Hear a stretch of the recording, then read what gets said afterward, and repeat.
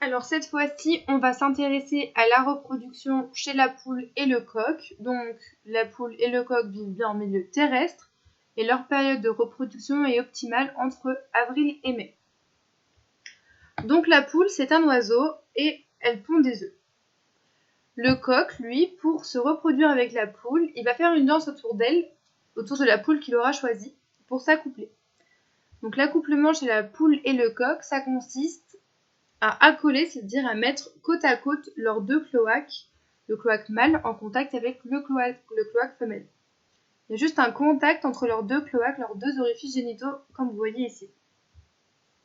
Le mâle, lui, va déposer ses spermatozoïdes à l'entrée du cloaque de la femelle, et les spermatozoïdes, comme chez le cerf et la biche, vont se déplacer jusqu'à l'ovule, qui est situé dans l'appareil reproducteur femelle, qui est fixe. Donc vraiment, les ovules de la femelle sont fixes dans l'appareil reproducteur, ce sont les spermatozoïdes qui se déplacent. L'ovule de la poule, en fait, c'est le jaune d'œuf. Donc quand vous mangez un œuf, eh bien en fait, vous mangez un ovule qui n'a pas été fécondé par le coq. Ensuite, donc, quand le spermatozoïde rencontre l'ovule, ils vont s'unir, on aura la fécondation. Donc je vous rappelle que l'union d'un spermatozoïde avec un ovule, c'est la fécondation. Ça va former une cellule œuf qui va donner un embryon et le développement de l'embryon va donner un futur poussin.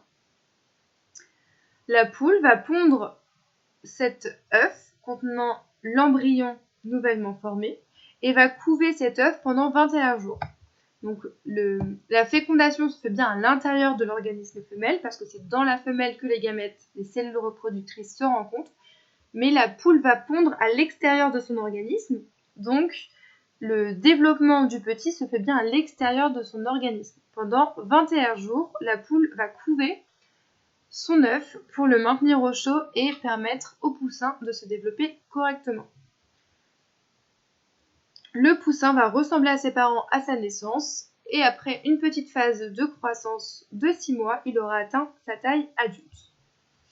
Donc encore une fois, si on complète le tableau que vous devez compléter, donc le mode de reproduction, encore une fois, il est sexué parce que la poule et le coq sont bien de deux sexes différents. Il y a deux partenaires qui interviennent. Leur milieu de vie est terrestre. Et ils se reproduisent principalement entre avril et mai. Donc les gamètes se rencontrent dans le milieu interne à l'organisme femelle parce que les spermatozoïdes émis par le coq dans le cloaque de la femelle vont se déplacer jusqu'à l'ovule. La poule va recevoir tous les spermatozoïdes du coq suite à l'accouplement. Encore une fois, les deux partenaires se rencontrent pour permettre la fécondation. La fécondation, encore une fois, ici, elle est interne, elle est dans l'organisme de la femelle.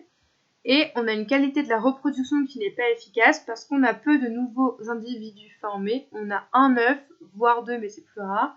On a surtout un œuf quand il y a la fécondation de l'ovule avec le spermatozoïde.